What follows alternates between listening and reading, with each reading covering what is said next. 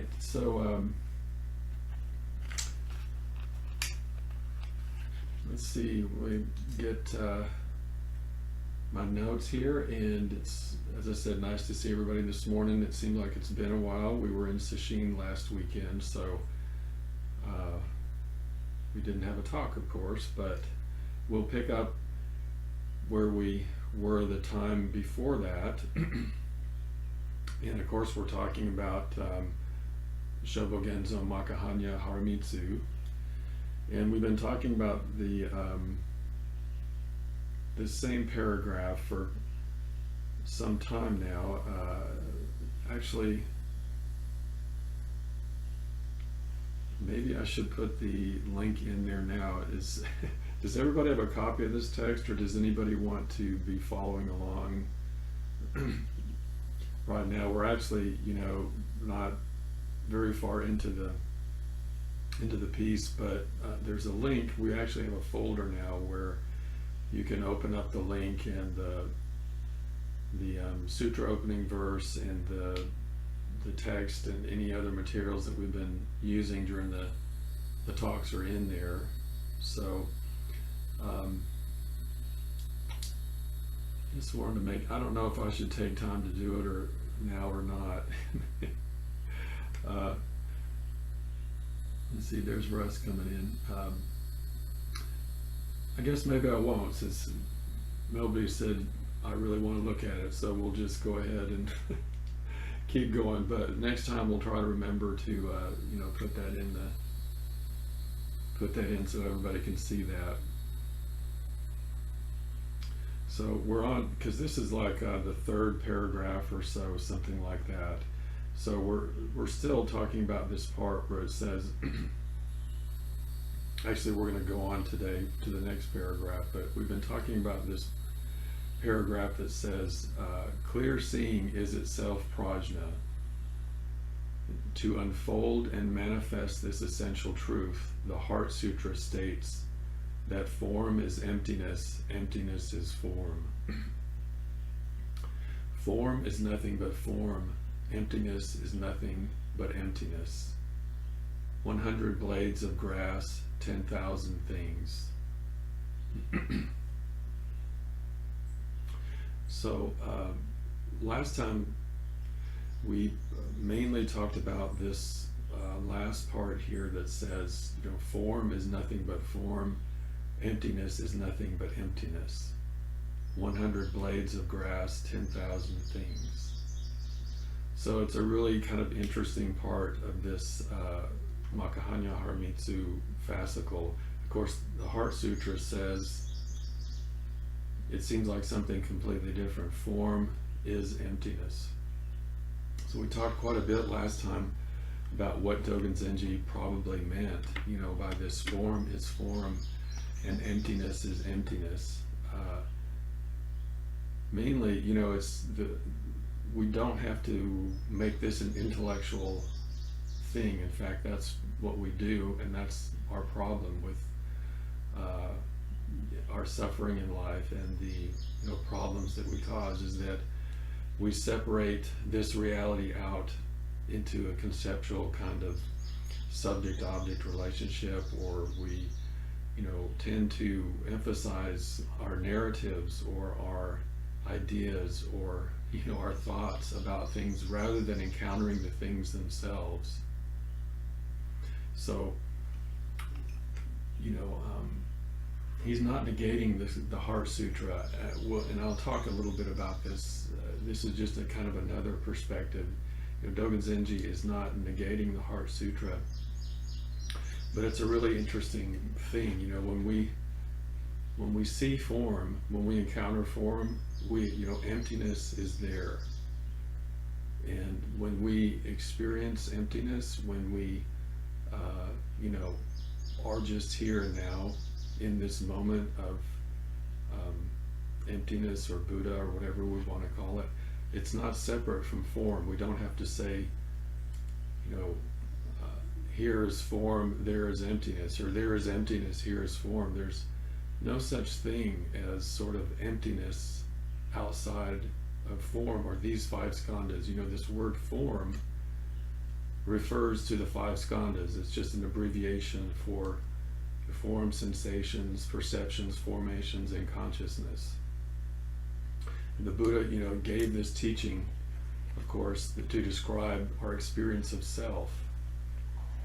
He called it, these five different aggregates or five skandhas. And it's a pretty amazing thing. He said, there's nothing outside of these five skandhas that we can experience. So he doesn't make a distinction between the five skandhas and emptiness, or the five skandhas in the exterior world. He says all of there is these five skandhas, and these five skandhas do not contain a self. We investigate these five skandhas and we see that they are empty, and there's no unchanging thing in them. Emptiness means everything is impermanent, and everything is always changing, and everything is conditioned by something else. So nothing independent of itself. So it's a pretty important point here that Dogen Zenji, I think, is pointing to. I wanted to talk a little bit more about emptiness is just emptiness, because last time I talked more about form is just form, and talking about when we really are just here and now in practice, our heart and mind open to form, or the five skandhas, as Buddha, or as emptiness. And we don't have to say these five skandhas are emptiness. We just encounter and practice, and emptiness is it, or Buddha nature, or whatever we want to call it. So that's the way that we appreciate everything we encounter as emptiness, as Buddha, or as ultimate reality, or whatever name we want to call it, nirvana, or the highest prajnaparamita, of course, is what this this fascicle is saying, is that those five skandhas are prajnaparamita. But some texts, or we get this idea, this danger, I think, of thinking about form versus emptiness, and then putting them back together as one. So some texts I've seen, for example, this emptiness translated as something as the void. There's some realm called the void of emptiness that we're trying to realize in practice. We're trying to, sit enough zazen and drop away our thoughts so much that we enter into this profound realm beyond, our normal experience, called the void. And that, in my understanding and in Dogen Zenji's teaching, I think is really a misunderstanding. And I think this has something to do, in my opinion, of what he's saying about emptiness is just emptiness. We don't create some realm, called emptiness. It's the same idea that he had. We talked about this a few weeks ago, where he didn't like this idea of kensho experience, where you see the nature, or you see emptiness. You have an experience of emptiness.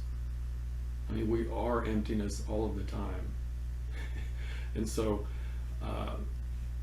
to say that somehow we can get a more genuine view of emptiness is a misunderstanding, of what emptiness is. It's making it into a conceptual idea that we're looking, we're chasing after, like we're chasing the carrot, we're chasing the prize, instead of settling down and opening our eyes to it here and now, and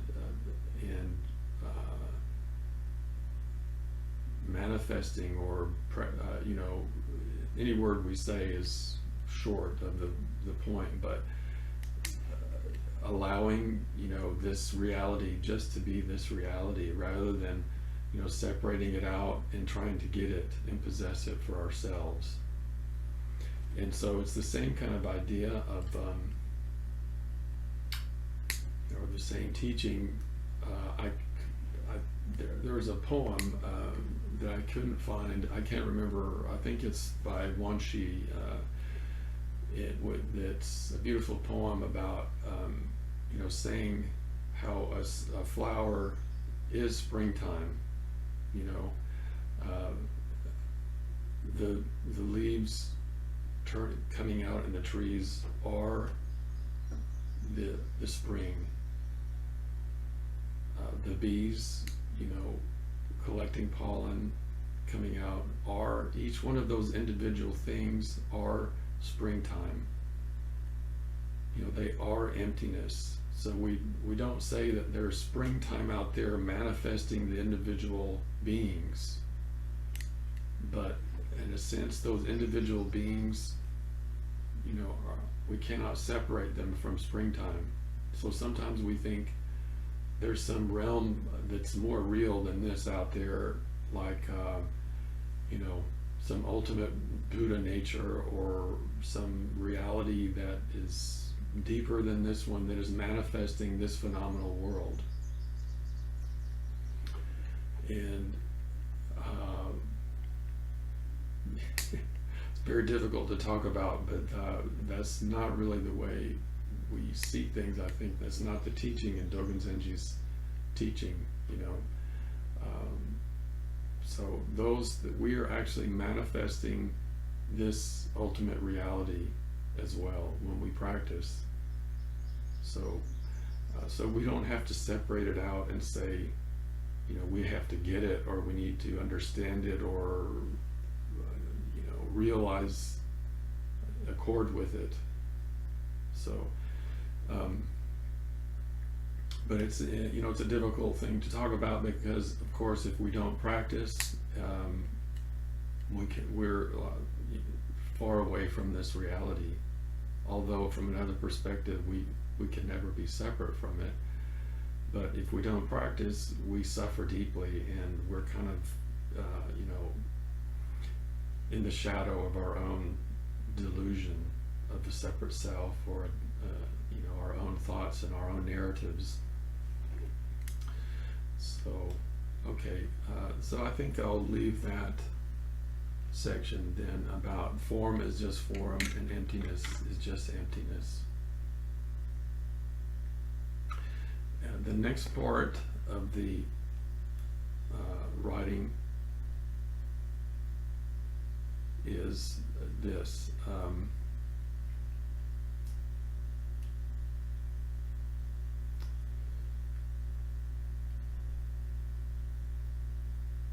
Yeah, I actually had some other things in here, but I won't.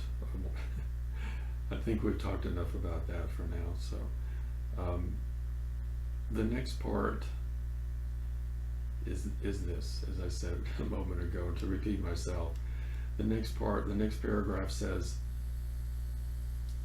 the 12 sense fields are 12 instances of prajnaparamita. Also, there are 18 instances of prajna: eye, ear, nose, tongue, body, mind, form, sound, smell, taste, touch, object of mind, as well as the consciousness of eye, ear, nose, tongue, body, and mind. So here again, Dogen Zenji seems to be saying something the opposite of what the Heart Sutra says, because this is referring to the part in the Heart Sutra that says, there are no eyes, no ears, no nose, no tongue, no body, no mind, no sight, no sound, no smell, no taste, no touch, no object of mind, no realm of mind consciousness. So Dogen Zenji is saying that these things are actually prajnaparamita themselves. That the Heart Sutra is saying they don't exist. And So we talked about this teaching when we studied the Heart Sutra, but this teaching is, the one of the Buddha's basic teachings of the 18 elements. And it's, really important, of course, in Buddhism. So the 18 elements, or first of all, there's the 6 sense spheres. There's the 5 senses, our regular 5 senses, and then the mind is considered a sense organ too, in this system. So each of those organs comes in contact with an object, or has an object. So those are the 12 sense fields, or those make 12, with the object and the sense organ that receives it. So the objects of mind are just considered the same, as anything else. We encounter a thought or a narrative, or we can encounter some object of the mind, and so when these things come together, some kind of consciousness arises. So eye consciousness, nose, smell, taste, touch consciousness, mind consciousness. So that's 3 on 6 is 18, right? So that's the 18 elements. That's what the Heart Sutra here is talking about, and what the Buddha taught is the 18 elements. And so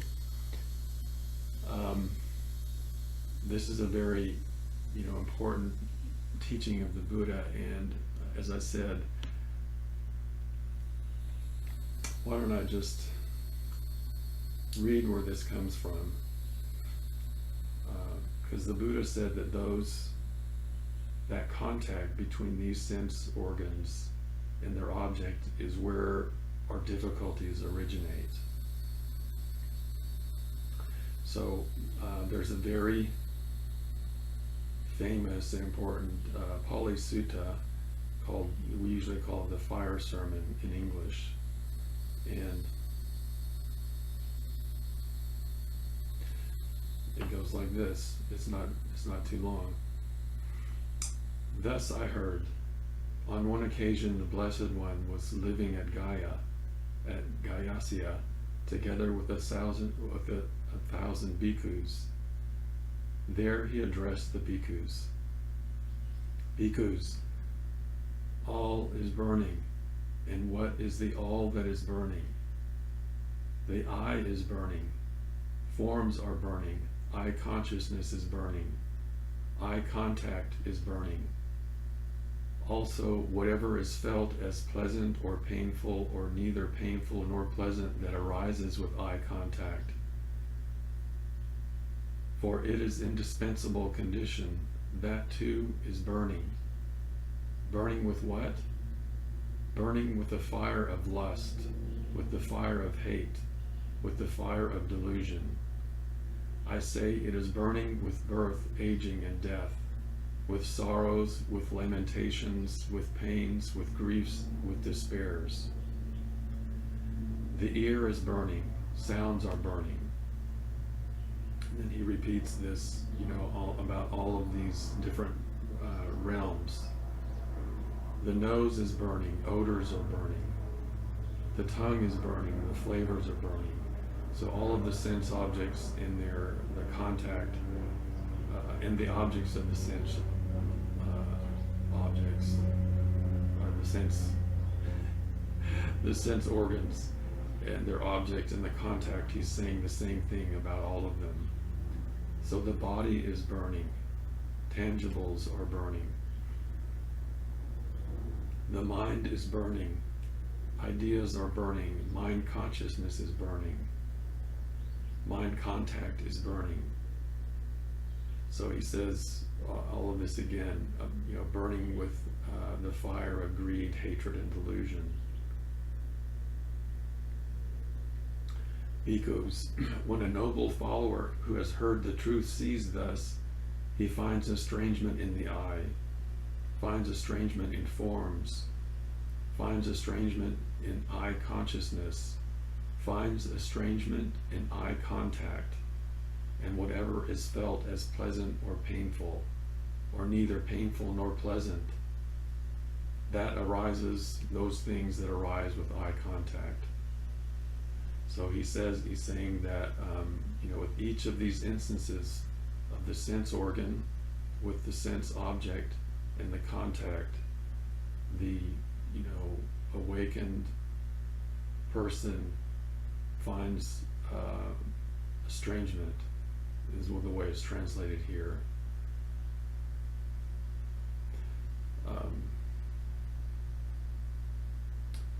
When he finds estrangement, passion fades out. With the fading of passion, he is liberated. When liberated, there is knowledge that he is liberated.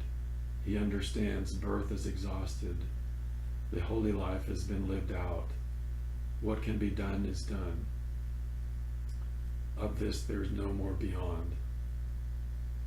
That is what the Blessed One said. The bhikkhus were glad and they approved his words. Now during his utterance, the hearts of those 1,000 bhikkhus were liberated from taints through clinging no more. So, it's interesting too that this, what the Buddha says is the liberation from these 18 elements is the clinging no more. We talk about this often, upadana, and that's grasping, grasping these things, and, grasping these things as self. That is the source of greed, hatred, and delusion. But it sounds like he's saying something exactly the opposite of what Dogen Zenji is saying. And it seems like the Heart Sutra, is saying something completely different than both of these. So it's really kind of confusing if we don't understand what's going on here, So one clue to what's going on is kind of an interesting thing. This story also appears in the Vinaya. There's a part of the Vinaya that talks about the Buddha's life, and this fire sermon is in there, but it also has a story with it that comes right beforehand. And it's kind of a strange story. I don't know if everyone's heard it or not, but I won't read that one. It's pretty long, but it's supposed to have happened right after the Buddha awakened, and he didn't have disciples yet, or he had the 5 ascetics that he had practiced with. They became his disciples right after his awakening. And so it is said that he encountered these 3 brothers that they call them mat-haired ascetics, but together they had 1,000 disciples, but they were fire worshippers. So anyway, we won't go into what that was, but this is the fire sermon, and it's precluded by a story about the Buddha and fire worshippers. And so it's something like the Buddha came to this place where these monks were, these 1,000 monks and their teachers were practicing, and they were expecting him. They heard him, they heard that he was coming, and they didn't have a place for him to stay or something. There wasn't an appropriate place for him to stay except for their fire shrine. I guess, I don't really know the history behind this, but there was a shrine or some building where they did their rituals, and this was thought of as a place that he could stay. But the problem was that there was a naga, a fire-breathing naga, in this place. So here we start, to me, we start getting into the realm, of the mythological, of course. So whenever you start hearing these kind of mythological stories, and even in these early texts, that something important's going on. Because, there was a scholar, John McCrae, that was a friend of Okumura Roshi's, who passed away some years ago, who said that one of his tenets of studying Zen was, if it's not true, it's important. It's the most important thing. Because the things that are, need to be said through stories, really point to something that, the historical veracity of it isn't the point at all, but a story had to almost be made up about it to point to the importance of it. So anyway, I think this is one of those cases. But long story short, as I often say, the Buddha says no, it's okay, because they warned him about this Naga, this fire-breathing snake god, that's ornery. It's an ornery being. And sometimes Nagas, are protected. I guess he's converting, this is, he's converting the Nagas too, but anyway, they warn him and say that this snake is dangerous. And he says, no, it'll be okay. So the story goes that he stays overnight in this shrine, and all of this stuff goes on. This battle between the Buddha and the Naga with fire goes on. The Buddha manifests these supernatural powers of fire, like flying in the air with fire and subduing the fire, of the Naga. And it looks to like all the people outside, that the entire place is burning, is on fire. It's burning down. And the people outside are saying, wow, he's probably not doing so well in there.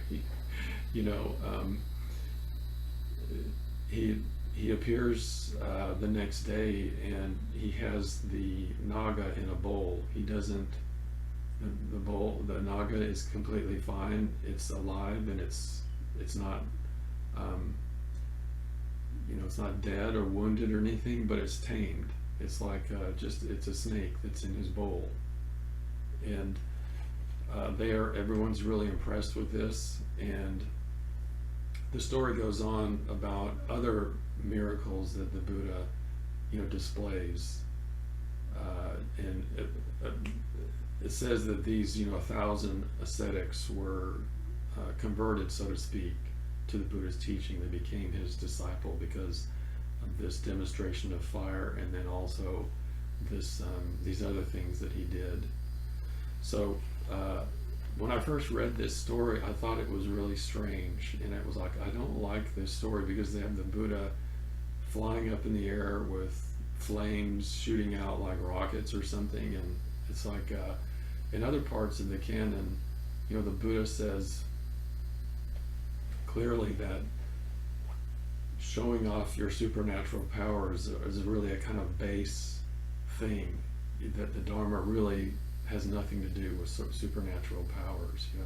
Like developing these yogic powers are really a distraction, or not necessarily developing them, but showing them off, or somehow thinking that is impressive or enlightenment, is a big misunderstanding. In other parts of the canon he says that.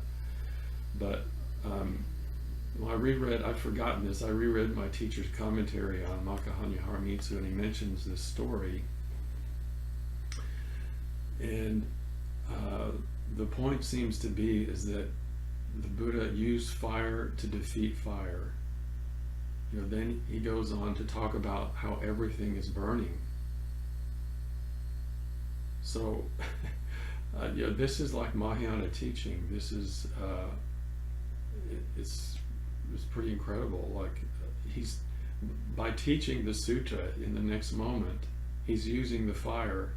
He's using 5 skandhas, and he used his power of fire to subdue, the Naga, which I think that would represent our kind of passion, or our like our crazy side, or being carried away by our emotions, being dragged to and fro by this monster of emotions and experience. That without practice, it seems like we're just thrown to the wind without any direction. One day we're happy and overjoyed, ecstatic. The next day we're depressed. One day we don't care. Things don't seem to matter. The next day everything is a struggle. That's because these things are empty. The mind is empty and emotions are empty, and they're conditioned by innumerable things that we can't control. We can't completely control, of course, our emotions and our life experience, but we can practice. And so the Buddha's practice was preaching that fire sermon, but it's very interesting because he used those 18 elements to preach the fire sermon. He was so he used his fire to defeat the fire, so to speak. So this has something to do with that at that moment these 18 elements become prajnaparamita. And the way that we see that they're prajnaparamita is by just see the emptiness. The way we understand and practice with them being prajnaparamita is to see or to understand or manifest their emptiness. So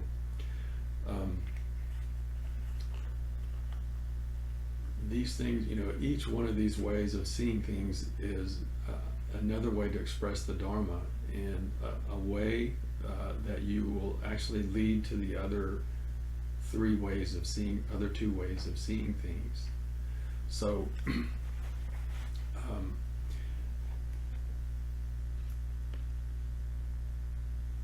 one thing that's real, I'll just mention one thing about the fire sermon. One thing that when I first read it that really impressed me was that the word that the Buddha used to describe experience, he called it the all. In the translators just translate it as all is burning, and by all he means everything, all experience. And these 18 elements are all burning, but he doesn't say there's something outside of that all. So he doesn't say that the object is outside of the mind. Actually, the thing that makes it burn is when we grasp that object. So he never said there's some external world or not. He didn't comment. He just called it the all. And this, to me, this is where we get the saying, everything we encounter is self. We think we know that object is there. When we're sitting zazen here this morning, if we grasp those birds calling and say, that's a bird out there, it's a scarlet tanager, isn't it pretty? It's kind of a delusion. Because the bird is in our mind, and yet, of course, it's not too. We can't say whether it's the bird, if the bird was calling and nobody heard it, or if of course the tree falls and nobody hears it, does it make a sound? Is there a tree at all, outside of our own mind? How do we see anything? How do we experience or hear anything if we're fundamentally different from it? If you think about this, it's really amazing. So how does the eyes, how does the ear hear the bird, really? If the bird is there, I'm one thing and the bird is another thing, how do they come together to perceive each other? How do two things completely, that are fundamentally different, perceive each other?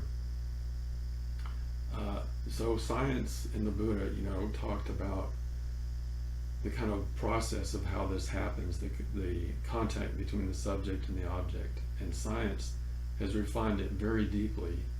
And I think it's one of the reasons that we really kind of this resounds to us, this teaching of the 18 elements a lot, because it sounds a lot like what, science says and has refined. There's an object, and then, there's all these processes that happen, sound waves and neurons going off and sensations in the body, and something happens and we have a perception. But it still doesn't tell us how we see anything. When we get to the actual experience of seeing a bird or hearing a bird, what is it? I mean, that's the experience of the self. That is the self, and yet it includes the bird. So that is kind of the wondrous nature of emptiness, and the mystery of everything I encounter is the self. And it's there in the Buddha's teaching. I think he left that open. He said it was the all. That's what he called this. The all is burning. And so what makes it burning is this, the grasping of saying that object actually really is there and it's separate from me. And I have to get that thing, or I need to get away from it, or I don't care about it because it doesn't have any value, or I don't notice it, or whatever. Judging those things as outside of the self and separate from the self is the source of the burning and the delusion. And so now, this is the Buddha's teaching, and he he taught that those things are empty, and the Heart Sutra, takes it even more explicitly, showing how each of these things are conditioned more and more deeply, where we find no self, no independence whatsoever. If we analyze any of the Buddha's teachings of these 18 elements, for example, even, we can't find that when you analyze a nose, you see that it functions with the entire body. You can't take a nose out and put it somewhere and say it's a sense organ. And if you can't take this body outside of its environment and function, the nose doesn't really exist. This body doesn't exist without its context. And we know this is what the Heart Sutra is saying, that all of these things are completely interpenetrated, and you cannot say that any of them exist in and of themselves, of course. And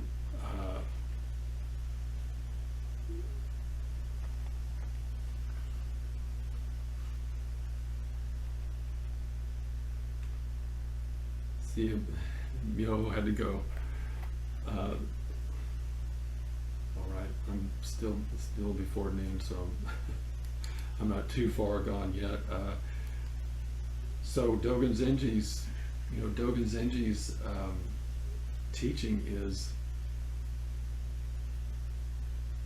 when we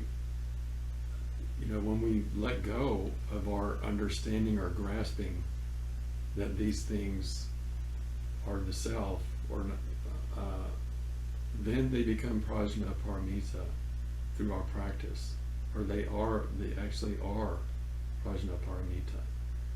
They're burning with greed, hatred, and delusion when we grasp. But there's no way for us to offer the Dharma. There's no way for the Buddha to preach about these 18 elements without the 18 elements. And there's no way for any of us to do anything that we're doing right now without these 18 elements. And those 18 elements arise from interconnection, from Indra's net. So it's the kind of more, positive or, positive way of expressing the teaching. So it's really related to Genjo Koan, this teaching. So when we read Genjo Koan, for example, so maybe we'll try to make this a little more clear. The first sentence of Genjo Koan says, when all dharmas are the Buddha Dharma, there is delusion, realization, practice, life and death, Buddhas and living beings. So this corresponds to like the Buddha's teaching of cause and effect. If we don't study cause and effect, and we're in trouble if we don't study what is wholesome and unwholesome. We have no grounding for our practice if we don't understand that this consciousness or this greed, hatred, and delusion arises because of conditions. We don't have a place to begin, to study the Dharma. When we really study that Dharma, though, when we really start to study those 18 elements, then we see they're empty. We understand and we manifest their emptiness. So the second line of Genjo Koan says, when the 10,000 dharmas are without fixed self, there is no delusion, no realization, no Buddhas, and no living beings, no birth and no death. So that is kind of the truth we usually associate with the Heart Sutra. And yet the Heart Sutra says all Buddhas arise from Prajnaparamita. When we read the Heart Sutra, it will actually lead us back to each of these other points. So this third sentence of Genjo Koan says, since the Buddha way by nature goes beyond the dichotomy of abundance and deficiency, there is arising and perishing, delusion and realization, living beings and Buddhas. So I think that's like saying form is just form. When we encounter living beings with this deep practice, they just are living beings, and they are Prajnaparamita, and we encounter them as such. This is Dogen Zenji's kind of teaching, that because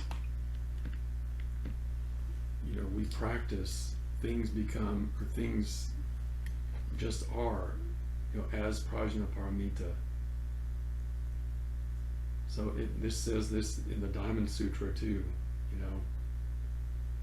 actually, which we consider one of the fundamental Prajnaparamita sutras. So when we understand the emptiness of all things,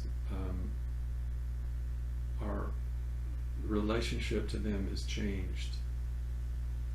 It doesn't mean nothing matters. It means our heart opens and our mind is clear, and we can practice deeply with those things, as Buddha themselves,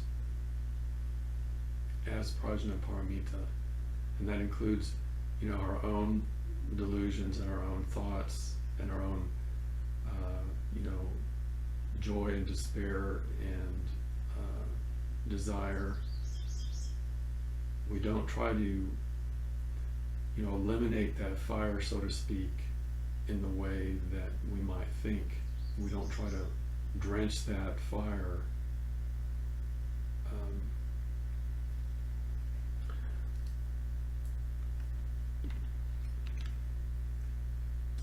See,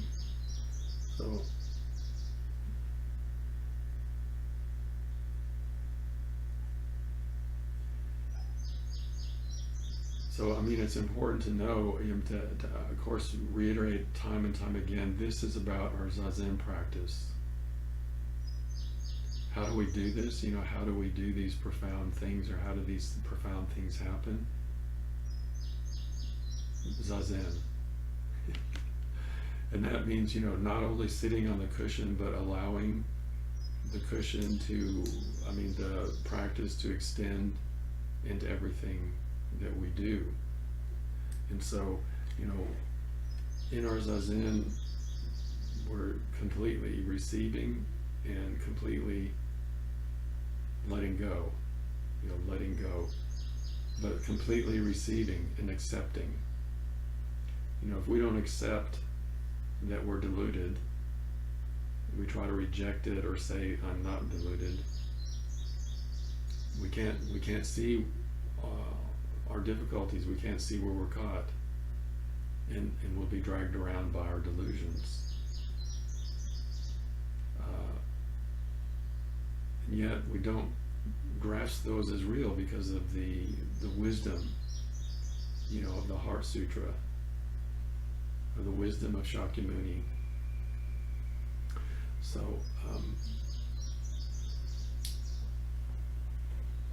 yeah,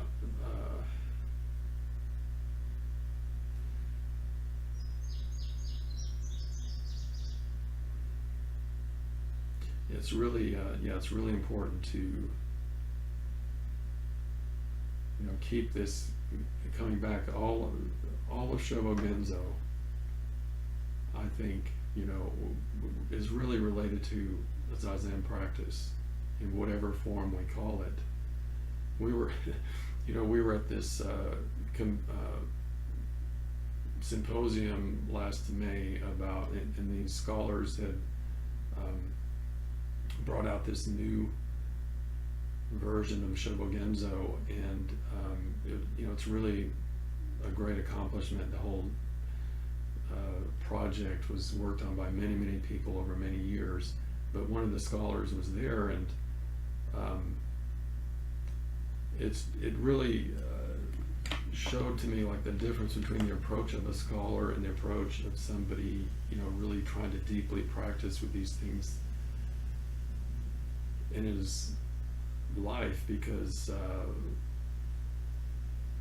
he said something to the effect that, there was somebody brought this point up about what does the Shobogenzo have to do with Zazen, and he said something like it was only mentioned a relatively few number of times, that the Shobogenzo was also about using the bathroom, using how to do ceremonies, how to eat your meals, how to, bow to the people who are senior to you, and all that kind of stuff is in there too.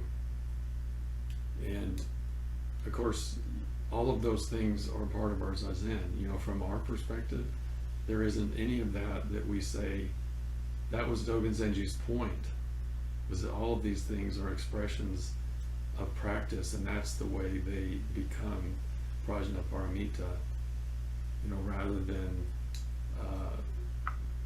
saying there's only a few points in the Shobogenzo about the sitting practice of Zazen. We make a big mistake if we interpret it that way.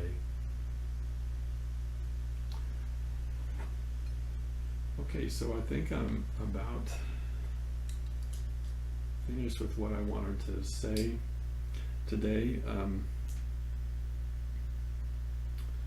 Make sure there's not another point that I don't have to come back to next time. Yeah, I think that's it.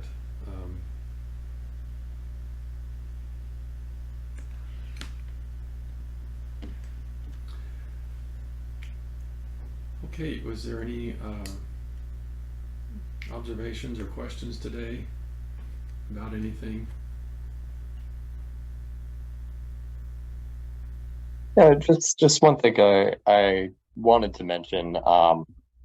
When you said, and it was kind of earlier on in your talk when you said it, but it kind of stuck in my mind.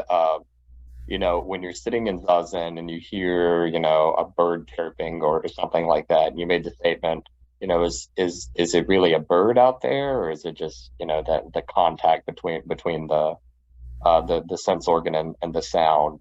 It reminded me, or it made me think about one of the first kind of I guess things that sort of stuck out to me when I first started sitting zazen, and I'd done it a few times, and I remember I was like, I had my cushion set up in my bedroom, and I'd heard as I was sitting my dog come into the room and like jump onto the bed behind me, and then it was a few minutes, of quiet, and I remember hearing her bark at something, and it was just kind of I guess, noticing of what happened like in my head when I heard that bark.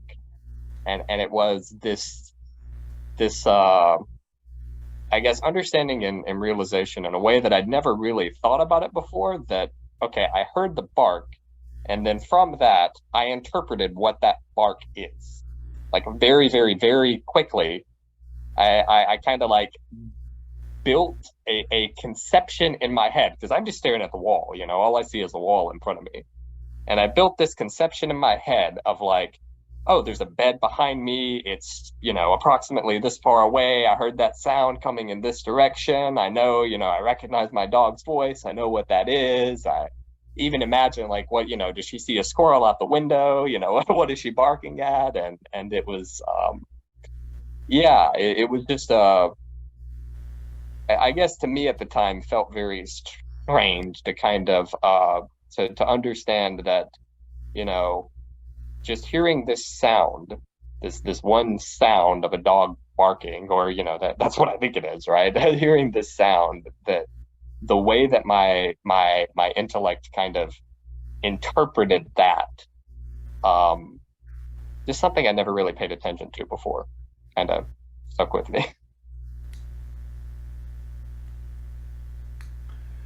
Yeah, thank you for that, Austin, because it really points to an important way that we receive teachings from our zazen. We don't do zazen in order to get some kind of insight or have some kind of wisdom imparted to us, but when we live a life, based on zazen, it will give us gifts. And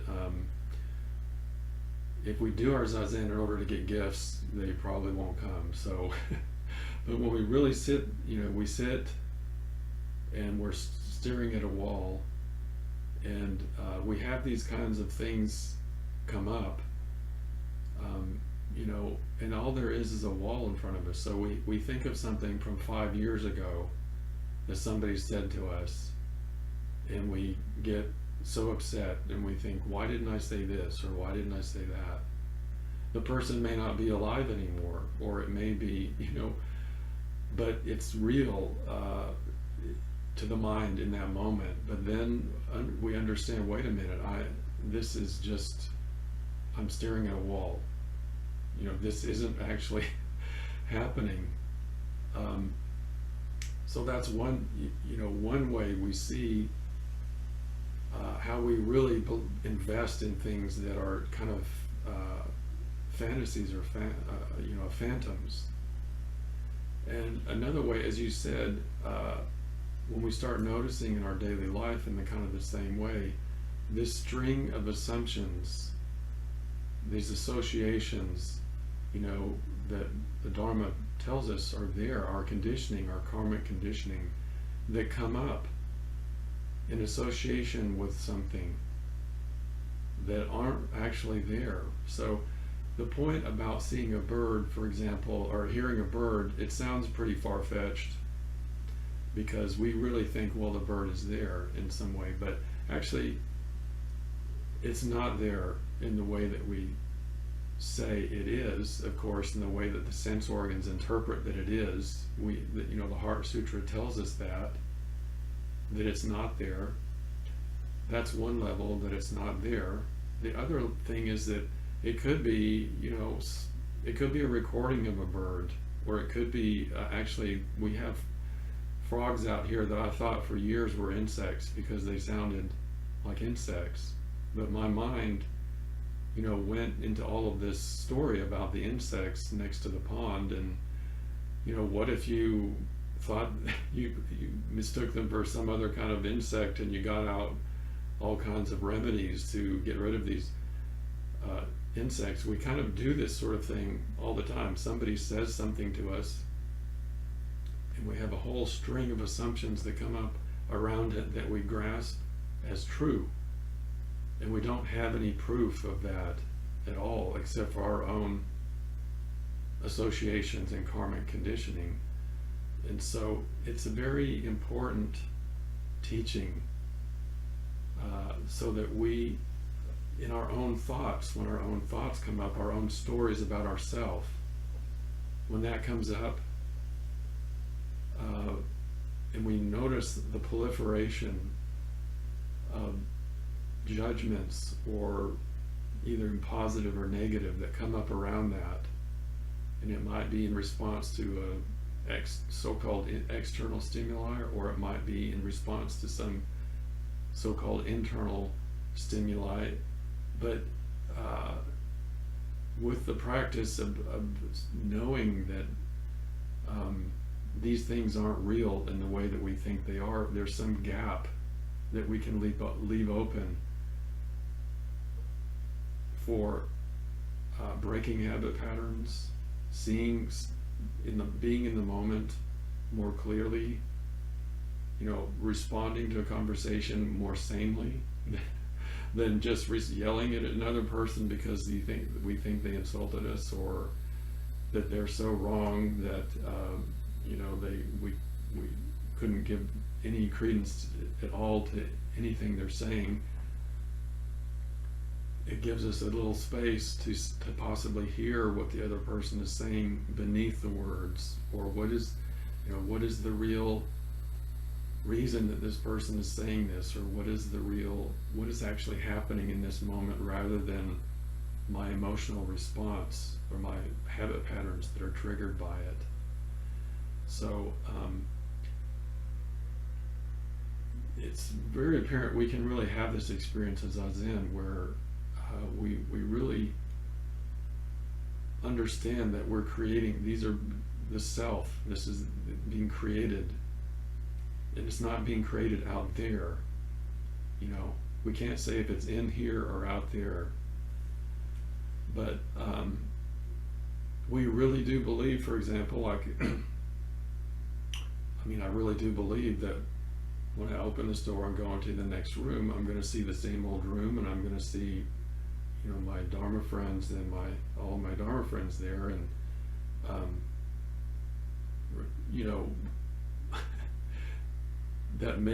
that's probably what will happen. But right now, it's not the reality. But I have this picture. Actually, we can see the other room right now, so it's not. It's another layer of delusion happening here, But the fact that I can create this entire world that isn't actually there, and believe in it so deeply, is kind of it's a problem. Because when I go into the other room, if I know what the situation is, and who the people are, and what needs to be done exactly, there's no room to actually respond to what may have changed, or what actually might be evolving in the moment, of course, there. And we can be fooled. That's what magicians do. I think I have a new appreciation for magic tricks. I don't do them or anything, but I always kind of thought, well, somebody could do that as a Dharma teaching. You can show sort of how easily the mind is tricked. We do it all the time when we watch movies or whatever. We allow the mind to be sort of tricked in a playful way. We know it's all a movie, but we allow ourselves to be kind of taken away into this realm that we know isn't real. But it's happening all the time. This movie is going on. This narrative about things is going on that we cling to as real, and it causes us a lot of difficulty and a lot of problems. But these simple insights from our Zazen are really important to take with us in our daily life. So I appreciate you bringing that up. It's a good point.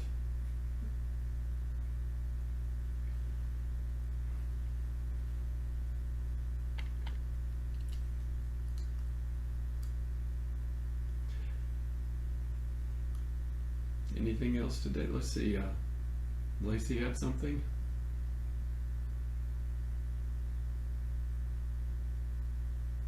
One thing that came up for me today was the seemingly sounding contradiction between where we talk about the 18 elements are prajna paramita, and then we have that word estrangement in that one thing that you had quoted, and I couldn't get all of it written down, but it was something along the lines of finds estrangement in the eye contact or something like that.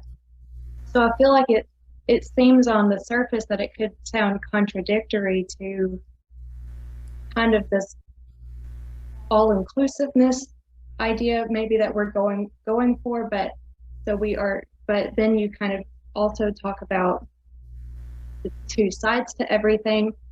So it just seemed like it could be something that maybe you could talk about, maybe that it seems like it could be multifaceted in how we read it, like where do we find the estrangement, what are we is what aspect of the contact is being estranged from, or that we find estrangement in it, which could possibly mean like a self and otherizing or subject objecting estrangement, or maybe it's referencing all of the above, or maybe also coming back to a wholesomeness versus unwholesomeness.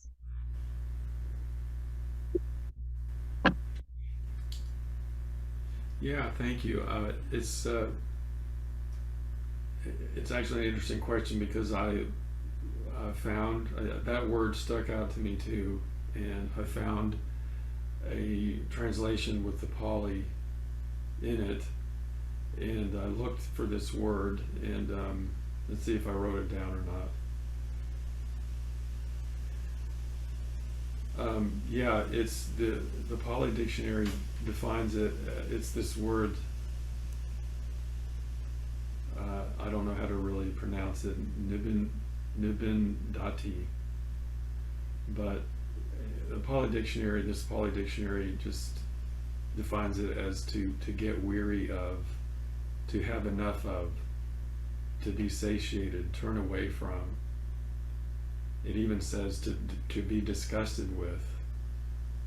And some of the translations said something like they become, repulsed by the passions, So this, it's just, of course, interpreted different ways by different traditions, but it's to me, it's important to understand what I think, what I would say, our approach to it would be, or Dogen Zenji's approach to it would be. So, the Pali word, I can't really speak for that. Like a Pali scholar or maybe a Theravada scholar could delve into more deeply what, what that means and what it means for their practice. But to me, to be have this relationship, to step away from this relationship, is kind of the same thing that the Buddha, said in this early text that I talk about often, that a wise person doesn't see others as equal to them, superior or inferior to them. And so we don't, to me, being estranged from something or being not doing this to it means, we don't say that it's good, we don't say that it's bad, we don't say that it's equal, or there's no judgment, or there's no feeling whatsoever. In other words, we don't say that it's inside or outside. We don't say that it's either me or not me. I think that's the important part. So it's true. If we say, if we say that this is a repulsive thing, that this object is a repulsive thing, we're actually doing the very thing that the Buddha said causes the difficulty. He said what causes the difficulty is the greed or the repulsion.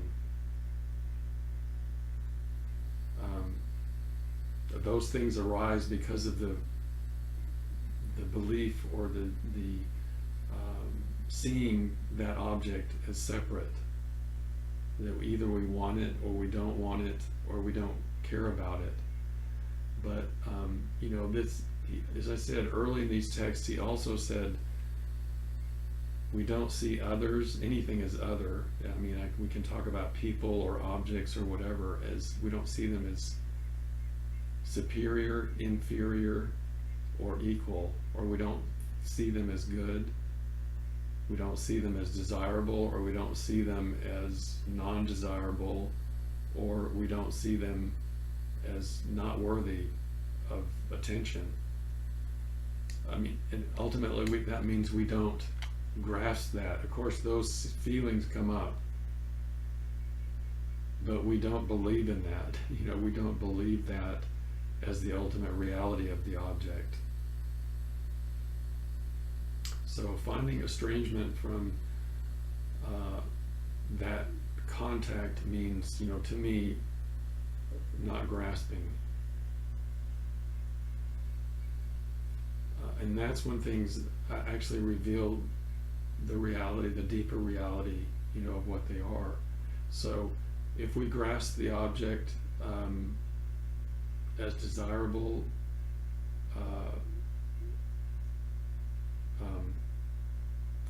we're led around by our karma. We cut it off into this world of this thing. This is something I desire, and we don't see the context, the entirety of the thing beyond our judgment of it. So we do that with attraction or aversion, or actually ignoring the thing too, saying, well, it's not worthy of my attention.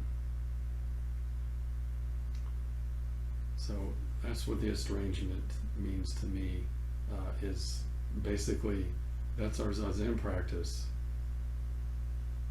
So, other traditions interpret this differently, of course.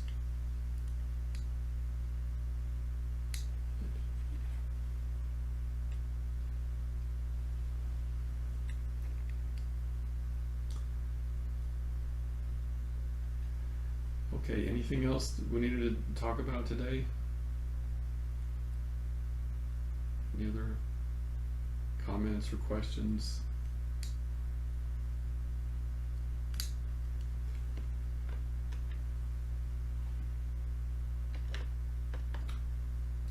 Let's see, Ryushin, did you have something? Yes. Okay. Yeah, well, just a brief comment. I think that it's really important. I appreciate this lecture because gives more kind of tools to understand our practice. And I think they are value to understand, like, what is the meaning of opening the hand of thought. Just this brief comment. So thank you. You're welcome. Thank you.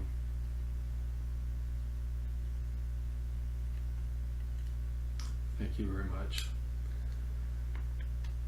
Okay. Well, thank you, everybody, and I hope you enjoy the rest of your weekend. Many of you I will spend the rest of the weekend with, so hopefully we'll enjoy it together. And have a good week, and I hope to see you next time.